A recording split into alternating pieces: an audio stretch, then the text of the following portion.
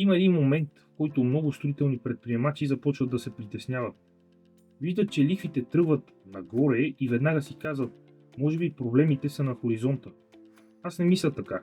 Мисля, че когато лихвите тръгнат нагоре, лошите проекти умират по-бързо, а добрите проекти просто минават през по-строг филтър. И точно това е важното.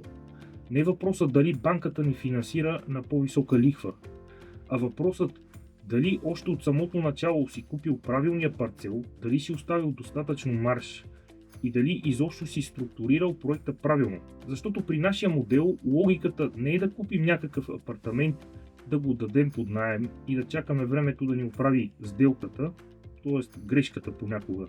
При нас логиката е друга.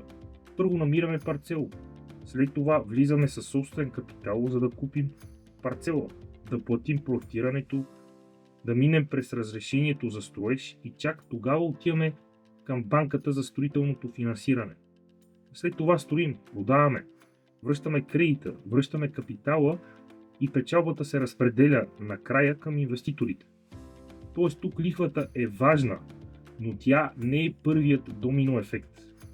Първото най-важно нещо е покупната цена на парцела.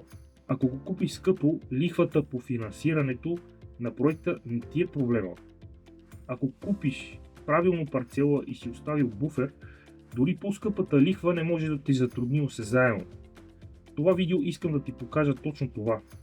Когато лихвите скочат, как аз гледам на един проект, къде е реалният риск, как се защитаваш и защо защитата започва много преди банката. Първо, нека подредим модела, защото оттам идва и правилното мислене. Имаме парцел, към който проявяваме интерес. Не финансираме никога парцела с кредит. Парцел е актив, който няма приходи или паричен поток, затова почти винаги го купуваме със собствен капитал. Първо, трябва да имаме достатъчно собствен капитал, за да направим най-важните ранни стъпки. Покупка на парцела, след това идва проектирането, след това всички разходи по подготовка на парцела за строителство. Плащаме и разрешението за строеж. И чак когато проектът е достатъчно изчистен и готов за реално изпълнение, тогава влиза банката с строително финансиране. Аз лично или добре капитализирана фирма, върху която имам контрол, гарантира заема към банката и затова няма как да има модел, в който някой друг управлява проекта, а аз само стоя отстрани. Щом аз гарантирам кредита, аз трябва да държа управлението, темпото, качеството и продажбите. Инвеститорите носят риск до размера на капитала, който са внесли. Аз нося и капиталов риск, и управленски риск, и банков риск. Това е много важно да се разбере. Проектът се компрометира в реалният живот, ако структурата от самото начало е грешна. Грешна входна цена за парцела. Нереалистичен срок. Грешно усещане е, че банката ще реши всички проблеми. Няма да ги реши. Банката е усилвател. На добра сделка може да помогне. На лоша сделка много бързо показва, че е лоша. Затова аз гледам защитата в 3 слоя. Първи слой. Купуваме ли парцела на цена, при която проектът изобщо има шанс? Втори слой. Имам ли достатъчно собствен капитал да стигна спокойно до разрешение за строеж, без да се задъхвам още в самото начало? При модела с закупуване на парцел, аз купувам парцела. Аз го договарям като цена. Аз проектирам и аз го довеждам до разрешение за строеж. Впоследствие влизат и другите инвеститори. Тоест риска в самото начало го поемам аз. Другите инвеститори влизат, когато вече проектът е реален и когато наистина е реално, че може той да бъде осъществен. Трети слой. Дори при по-висока лихва остават ли ни достатъчно приходи и достатъчно време, за да върнем кредита при продажбите и да остане смислена печалба. Ако някой от тези 3 слоя липсва, изпълнението на проекта става проблематично. И когато пазарът влезне в рецесия, която не сме виждали в България от много години насам, точно тънките проекти го закъсват първи. Нека ти го кажа през една много реална логика. Представи си, че пазарът изглежда добър. Продажните цени са прилични и някой продавач на парцел иска много агресивна цена. Той гледа само какво би могло теоретично да се построи. Но пазарната цена на парцела зависи от много други фактори. Не мисли колко време ще отнеме. Не мисли какъв собствен капитал трябва да се вложи в самото начало. Не мисли за проектиране, разрешения, такси, организация, резерв, лихви по време на строителството, продажни разходи. И не мисли, че ако банката увеличи лихвата ни за строителство на проекта, целият модел започва да се стяга. Точно тук много хора правят грешката. Влюбват се в парцела, влюбват се в максималното РЗП и си казват, ще го вземем, пък после ще го мислим. Аз мисля обратно. Първо искам да знам колко голям е маржът. Защото ако още на входа плащам максималната покупна цена, която парцелът може да понесе, аз не съм си закупил възможност за грешка. Купил съм си проблеми. Проблемът е, че съм влязал прекалено скъпо за парцела. Това е много важен урок. Когато лихвите скочат, добрият проект не се спасява с магии. Той се спасява с това, че започнат правилно. С добрата земя, на добрата цена. С достатъчен марж за проекта. С реалистичен срок. С достатъчно капитал за ранната фаза. С продажна логика, която може да върне кредита на време. С добри разпределения на имотите. Понякога хората чуват по-високи лихви и веднага мислят само за месечната цена на кредита. Но при проект от парцел до продажба на апартаменти и имоти, това не е цялата история. По-важният въпрос е този. Ако строителният кредит поскъпне, имам ли още достатъчно място проектът да понесе това поскъпване? И вторият въпрос е още по-важен. Ако продажбите се забавят, имам ли време и буфер? Защото лихвата и времето работят заедно. По-високата лихва плюс по-дълъг срок е много по-опасна комбинация от самата лихва. Ето защо защитата не е само да намерим банка с по-добри условия и по-ниска лихва. Защитата е да не купим парцел, който изисква перфектните пазарни условия, за да излезне на печалба. Проект, който оцелява само ако всичко стане идеално, не е добър проект. Това не е инвестиция. Аз лично гледам няколко прости защити. Първо, входната цена на парцела трябва да е такава, че да оставя стабилен марж.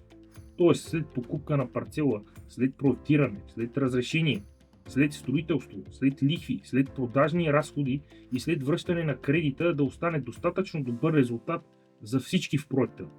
Ако този марж е малък още в самото начало, не се успокоявам с мисълта, че някак си ще излезне, ще стане. Второ, още в самото начало трябва да е ясно, че собствен капитал не значи само капаро за парцела. С него се купува парцела, плаща се проектирането, плаща се разрешението за строеж, плаща времето, в което още няма строителен кредит, но проектът е подготвен и одобрен за строителство. С моя собствен капитал съм стигнал до реални одобрени от общината разпределения на имотите, които вече можем да продаваме. Тоест, с мой собствен капитал парцел е закупен, има разрешение, има проектиране, има реални разпределения и може да започнеш да строиш. Тогава влизат инвеститорите на по-късната фаза, в която риска е съществено по-малък. Трето, когато вече гледам банковото финансиране, не мисля само за одобряват ли ми. Мисля и за друго. Ако лихвата е по-висока от това, което сме виждали преди, остава ли логиката стабилна? Ако продажбите тръгнат по-бавно, пак ли проектът ще изплува? Ако има няколко месеца забавяне? Точно за това добрият проект трябва да носи буфер още на входа. Не можеш да купиш парцел на висока цена, да разчиташ на оптимистични продажби и след това да се чудиш защо покачването на лихвите те удря. То не те удря случайно. То просто разкрива слабата структура. Има и още нещо. Когато аз съм вътре със собствен капитал и когато аз гарантирам кредита, интересът ми е напълно изравнен с инвеститорите. Аз не печеля, ако проектът е проблемен. Аз имам най-голям интерес той да е структуриран така, че да мине и при по-труден сценарий. Затова и не гледам на банката като на спасител. Гледам на нея като на инструмент, който трябва да бъде използван само след като основата е здрава. И тази основа започва от цената на парцела. След това минава през доброто проектиране, добри разпределения, след това през разрешението за строеж, след това идва строителството и чак след това идва големият тест. Продажбите да затворят цикъла, да върнат кредита и да освободят печалбата за инвеститорите. Така че когато чуеш, че лихвите са скочили, не бързай да правиш генералният извод, че вече няма сделки. По-правилният въпрос е друг. Кои проекти отпадат и кои още минават критериите? За мен отговорът е ясен. Отпадат проектите, които са купени скъпо, тръгнали са без буфер и зависят от идеални условия. Остават проектите, които имат добра входна цена, реалистичен срок и достатъчно марж, за да понесат и по-скъпото финансиране. Тоест, защитата на проекта започва много преди финансирането от банката. Тя започва в деня, в който решаваш дали този парцел изобщо заслужава да бъде купен.